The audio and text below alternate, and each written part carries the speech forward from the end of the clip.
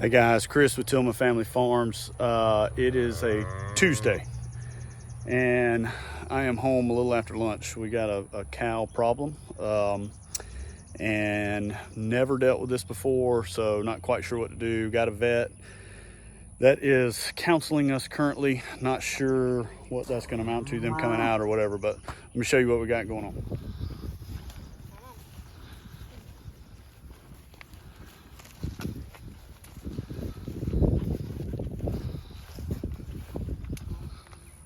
So this is what we believe is a vaginal prolapse. She is bred. Not quite sure how far along she is. She's got to be within a month or two. So we just got her worked over this way. Jamie's got a camp going on this week, so the camp kids are helping out. We touched base with a couple of parents to make sure that the parents are all right with them being in the video. But this is where we're at right this second. We're about to get her some clean, fresh water in here, and we'll go from there. All right, vaginal prolapse. I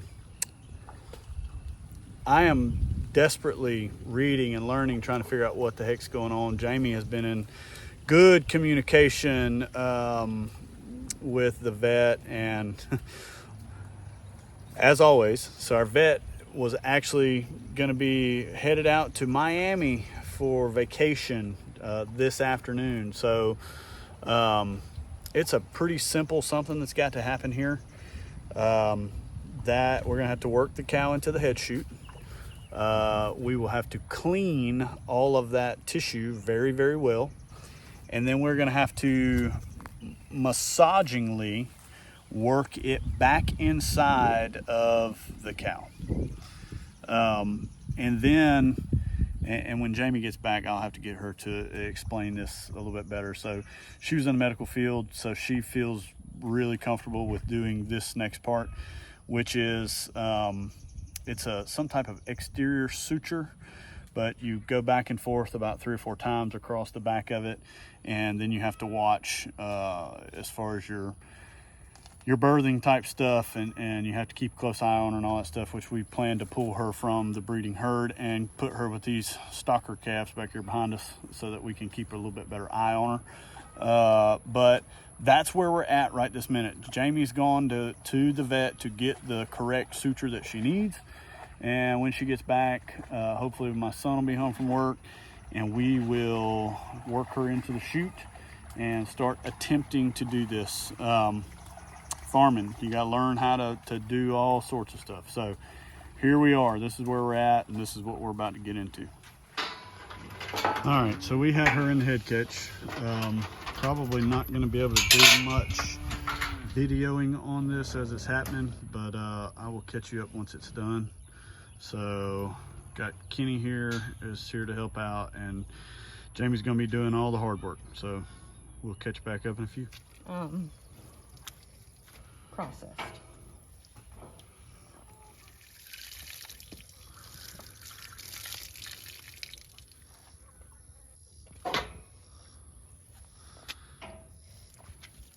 If any of you viewers are out there were wondering, yes, my wife is amazing.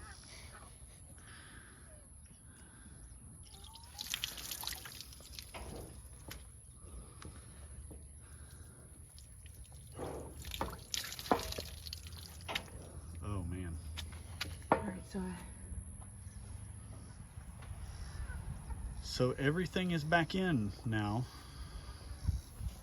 Jamie's a little messy. You could just let her tail relax. So there's still some more work to be done. All right, so Jamie is about to explain to us what has to be done now. So this actually didn't turn out to be quite as awful as it originally looked, but it's still got to have some stitches to keep this, well, actually to keep her vagina closed for a period of time so that the innards can somewhat heal as much as they can. So what you got to do, Jaime? All right, so first off, have a great relationship with your large animal vets. It is a key factor in having farm animals having a really good relationship with your vets. So lo and behold, they know I have enough confidence to perform what I'm about to perform. He advised, and there's two ways to do this. So of course I got her all back in, and she looks really normal. Looks normal. So you could either do what's called a purse string, and that's going to be taking it looks like a harpoon. Yeah. And you tunnel it up one side, bring it out in between the labia and the rectum, and then you tunnel it back down and tighten. The umbilical tape is the suture material. I feel more confident in doing 3 hold sutures across. Now that I have the actual uterine wall back in, I felt it pop back into place. Of course, she started urinating all over me, so I just had to stand there and hold it. But now that it's all back in there, it's not wanting to protrude out, so I feel a little bit more confident just doing the hold sutures side to side versus tunneling up and back down. So there you have it. Farming 101. Yes. Or maybe 135 or something like that. Anyhow, we're about to get started. All right, so we decided to go with 2 stitches here. We have both of them in. Jamie's tying up the last one now. The process after this is to let her out of the head catch back into this working corral, so that if need be, we can get there on top of that right there. If need be, we can pull her back over here and do whatever needs to be done. So just remember, this is all vet guidance, and that my wife has years and years and years of medical field experience. So let me take this camera down and I'll show you what we got going on here. So I'm gonna let Jamie tell you about what happened here and where the sutures went in and why we probably feel like we couldn't have gotten 3 in there that way anyway. And also, how long do we think we're going to keep these stitches in? Up until she starts showing signs of being closer to. Yeah, vet says that since she prolapsed this way, that she will more than likely prolapse every single time that she calves. So we've got the tough farm decisions to make here. Yeah, considering she was my first baby born on the farm. Yeah. So. Yep, tough decisions, but also we don't want to put her through the agony of this process every time she calves, and it's not business savvy or conducive to what we're trying to do here for her to become a yard ornament. So we'll make those decisions as we move along. Tell us about this, babe. All right, so after putting everything back in, even as defined of a girl as she is, her actual vaginal opening is very narrow for as big of a girl she is. So 100% felt confident of just putting the 2 hold sutures in, and this is in the deeper part of the tissue. You don't want to do close to the end because it would still allow it to bulge out and cause strain, and they could actually rip their labia. But like Chris says, you know, she started, we kind of feel that she did this with her first calf, but not as bad. She only did it when she was laying down. So this is the final go with her. As you could tell, she is nowhere near calving. So she probably has maybe 2 or 3 months to go before she calves. So we'll just have to watch an eye on this and just hope for the best. Yep.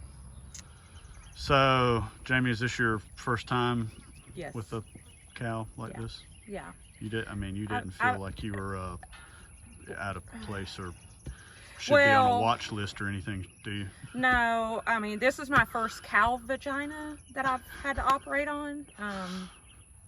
I mean, anatomy is anatomy, so this is true. I mean, it's all pretty much the same, but I'm proud of myself. Yes, we are very proud of you. So on top of this, I'm holding camp week, and me and the kids found this morning. So they got a big educational, fortunately they're all teenagers, so we could go in depth of anatomy and what caused this to happen.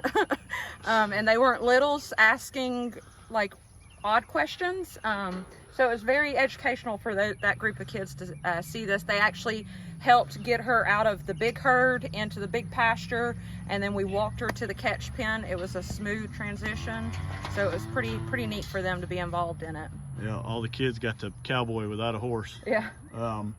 So I'm gonna tell you guys, this went really smooth for all of you guys out there that are petrified after you just watched that and think that we're animal harmers and all that stuff. That cow never made a sound. No, she didn't. She drew up once or twice, but she never made a sound. Yeah, I think the most well, I think it was relief to her is once I had the vaginal wall back in. Yeah. Her being able to urinate, unfortunately, all over me. Yeah. But you know, I think she's relieved, and see how it goes. Hopefully we don't have to cut the stitches prior, and she makes it to calving. Yep. Good deal. So, young Mr. Tillman, are you terrified for the rest of your life now? Nope. Not scared for life or anything? Well, I mean, like I've always been scared. Always been scared of my mom. Yeah. That's probably a good thing. Yeah. So, did you learn anything? Every day's a learning experience out here. So. Yeah, we got that right. Got that right. We really appreciate you coming home and helping us out. All right, there she is. We got her work back into this catch pen. Like we said, vet told us after this to just keep her in here for at least 24 hours. Kind of monitor her a little bit before we turn back out. Like I say, we got these calves over here that are being rotated in from the other side of the pond, and a big paddock out here behind us, and on hay in this paddock. She is going to stay with them until she calves. So that's the plan. We'll see how it goes. All right, guys, so this was an exciting one. This was something that we've never dealt with before, and it was an adventure. Luckily for me and our farm, my wife is really good with medical things like this and understands what needs to be done, understands terminology and all that stuff. And like she said earlier, we have a great relationship with our vet, and it was easy for us to obtain the right tools and things like that to get this done. So we appreciate you guys watching. If you don't mind, please go down and like and subscribe. Ring that bell so you see all the videos we put out, and we will see you on the next video.